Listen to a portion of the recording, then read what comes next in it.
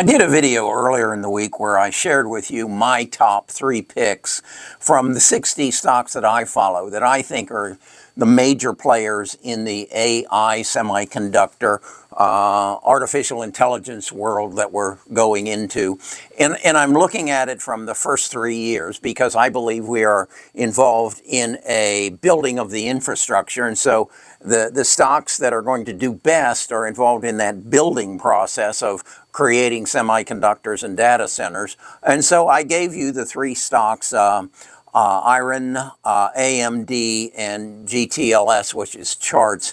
And I justified them based on the projected earnings per share over the next 3 years through January of 2028. So I got to thinking, how do my picks of these 60 stock or ranking of these 60 stocks compare with the rankings of Wall Street? So I have a data source that I can go to where I can have access to the Wall Street analyst picks and what the current price is and what they think the price is going to be within the next year to 18 months. And what they do is, like on Apple, they have about 15 people who follow them. And so I take the low pick and the high pick and then average them all to come, what's the average pick for Wall Street? And so I wanted to compare them. So I gave you my 3.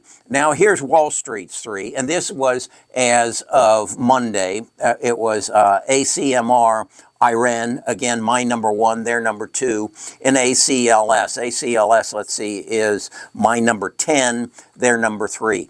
What I know is these rankings by Wall Street will change because just like today, AEHR is down some 24%. So it was Wall Street's number 7 stock, but because it dropped 24% today, it's now its number 1 ranked stock because of the price differential. And trust me, Wall Street and I know that we were anticipating this drop because they were going to miss earnings in first quarter of 2025. But in 26 and 27, this stock is scheduled to explode. And that's why Wall Street has it ranked. It had it ranked that it was going to go up some 56%. From its current price as of Monday, but now, as I say, it's up over 100% now, and it's its number 1 ranked stock. So what I then wanted to do was put this in a format that my members of my tribe could come to and see the analytics that I've done and how I've ranked the stocks, and then how my rankings compare to Wall Street's rankings, and then I'm going to integrate Wall Street's rankings into my algorithm that I use through about 5 different metrics. I'm going to add Wall Street's metric or picks to it to give me an even more accurate, and that will be on my cheat sheet on what I call my 3-year projection. Let me take you to the computer and show you exactly how that works and how I can give you access to this. Because again, the numbers change on a daily basis, at least Monday through Friday when the market is open. But I think it will give you a source where you can come and you can look at the financials and understand the financials. And then I have the deep, well, let me just show you. Okay, we're at my website, bestofusinvestors.com, and this is a cheat sheet, and I have a video where I explain it and some definitions, and but I wanted to take you to what I call my tell sheet. I call this a tell sheet because I believe the stock market tells us what they're going to do through the data that we have access to, or some of us have access to, so that we know what's going to happen in the future.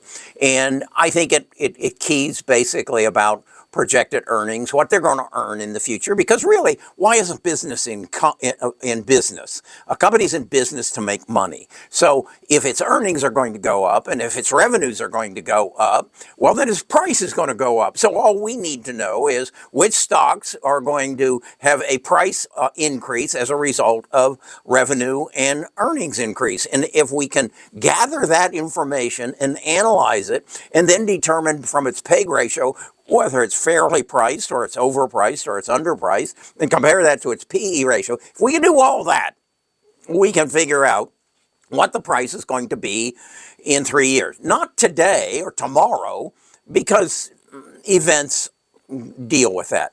For those of you who have been with me, this is nothing new. What you're going to find new is my Wall Street price projections. What I've done is I've gone into the data sources that I have, and I've looked into it and said, okay, what are the Wall Street analysts predicting the price of these 60 stocks that I follow is going to be within the next 12 to 18 months. That's kind of how they do it. I look 3 years, but they look 12 to 18 months. So with that, let's use Apple as example. It's the one on top here.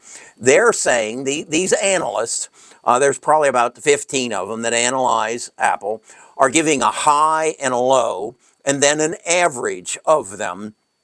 And they're saying that Apple's price somewhere between the end of 25 and the middle of 26 is going to be $243.22. Well, it's currently at $235.15. So that's telling you it's going to go up an additional 3.43%, or at least the analysts believe, over the next 12 to 18 months. All right?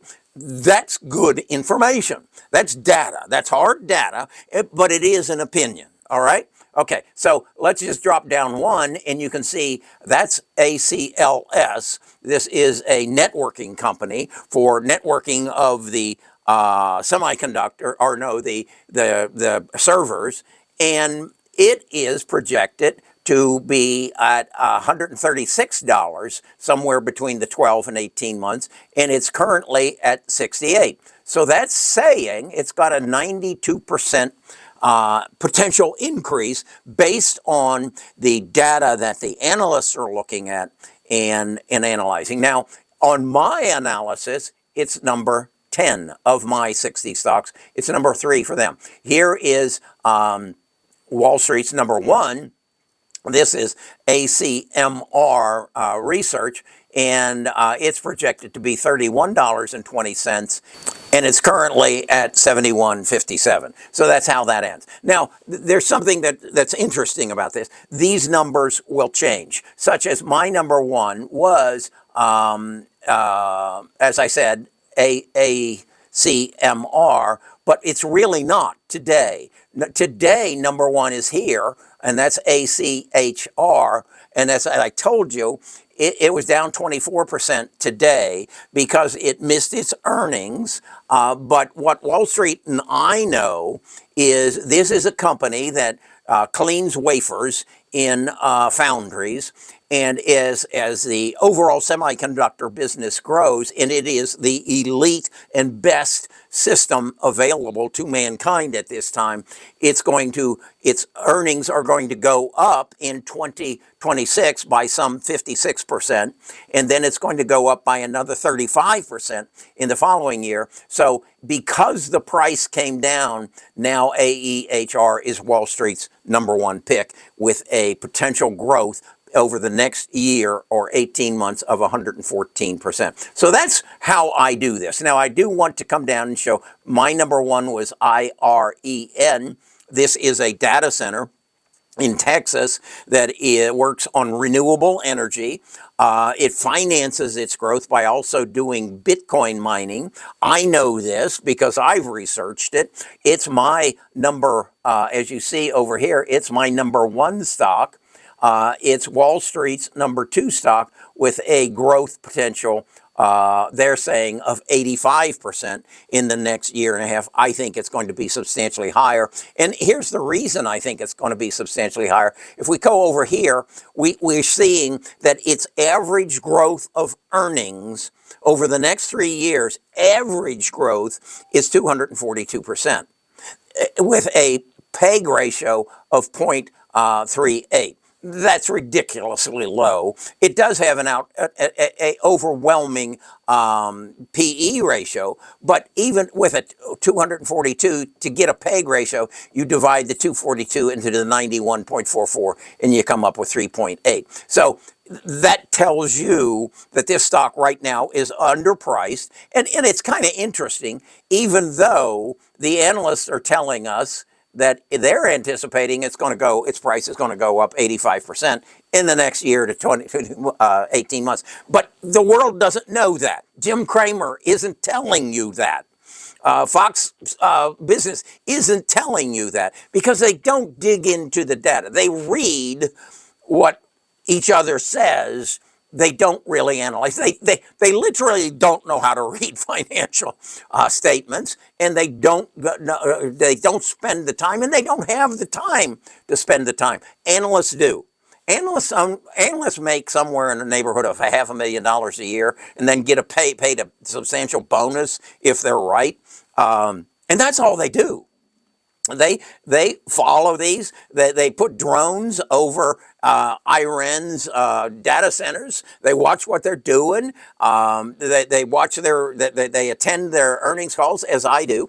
And then so now the question says that you are asking, okay, Kerry, I've got all this information. I think I can figure out how to interpret, but I need to know what these companies do, because you do. You need to know what they do. You need to know what you own. So what I've done is I come over here and I've created you a deep dive. What this is a podcast. I've gathered all the information about what they do. I've gathered their last quarter earnings report. I've gone and found what the analysts are saying about that, and I've condensed it into a podcast. And it's Samantha and Brad, and they will tell you in about a 15-minute podcast exactly what Iran does and what every one of those other 60 stocks do. And you can see how up to date it is, such as in Iran. I did that podcast on 12/26. So you know if it's current. Here's one on Hewlett Packard. I did it on 1/8, and today is what, 1/14. So you can come here and you can say, okay, how is Kerry ranking the stocks? That's this column here. These are my overall rankings. How is Wall Street ranking them? How did Kerry get its numbers? You're going to see some strange things here. Average annual return for the last 5 years. So if a stock is having a bad year, such as AEHR, how did they perform, though, over the last 5 years? Well, AEHR's average performance over the last 5 years is up 172%. That means that what's happening to them now is not reflective of the last 5 years. So what does AEHR do to do that? Well, you just click on that was done on 12/16, the deep dive, and I'll give you a 15-minute podcast that tells you exactly what they do. Then guess what? Guess what happens next? You make an informed investment decision. You have all the information in front of you. You're not relying on some YouTuber who read an article to you and said, hey, you should buy this. No. Know what you buy. You wouldn't go to a grocery store and go in blindfold through the produce department and buy things based on what everybody else is buying. You want to know what you're buying. You want to know the finances about it. And if you'll page down on here, you'll come to what I call my cheat sheet. And there's everything financial you want to know about a company. What's its 200-day moving average? What's its return on assets? What's its return on equity? What's its PE ratio? What's its PEG ratio? Everything you want to know, and a lot that you don't want to know. But if you want to know it, it's there. And that's my job. Now, it's a lot of work. I'll share with you, it's a lot of work, but I love it. I love it. I love what I'm doing. But what's important is in May, Jensen is going to sell me for $3,000 an AI assistant. And all of this is going to be done by artificial intelligence and supercompute. And I'm going to have about a 8-inch by 5-inch box, 3 inches deep, sitting on my desktop that will fill every one of these spaces and every one of these spaces down here every day. And then when it's done doing that, it will come up here and update any of my deep dives that need to be updated because new current news is coming. And you'll be able to come here and access it. So you'll have no excuse for not getting filthy rich. Okay? You'll have no excuse. What does this all cost me? Well, right now I'm spending about between labor and costs and accessing data and accessing compute, somewhere in the neighborhood of $20,000 a month. That's what I'm spending. I'm not going to charge you that. I'm not even going to charge you $2,000 a month.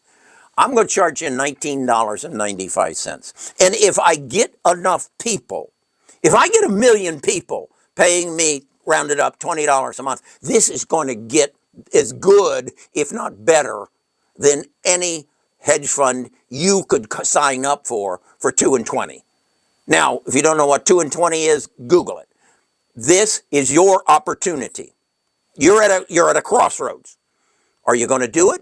Are you going to take charge of your financial life, join with a group of another 1 million people, and own this, own this stock market? Because you have access to the data. You know how to read the data, you know how to interpret the data, and you know how to know what you're buying. I'm Kerry Grinkmeyer. I'm a retired financial advisor. I'm going to do this as long as I can, and then it's going to get a lot easier for me come after May when Jensen sells me my Samantha and Brad. It's going to fill every one of those boxes for you and me. And from that point on, we don't have an excuse to change our financial lives. See you at next Friday's Stock Talk.